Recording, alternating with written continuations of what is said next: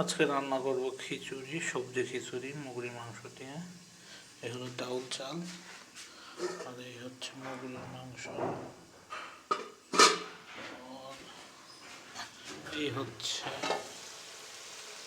মিষ্টি কুমড়া, আলু, সিম কষাই নেব।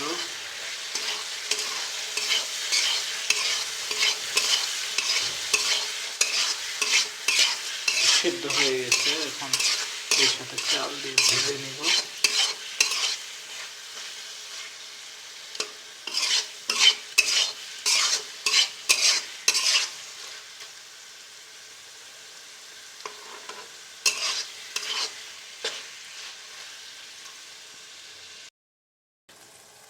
আমার সবজি সিদ্ধ হয়ে গেছে, এখন আমি চাল ডাল দিয়ে দেব।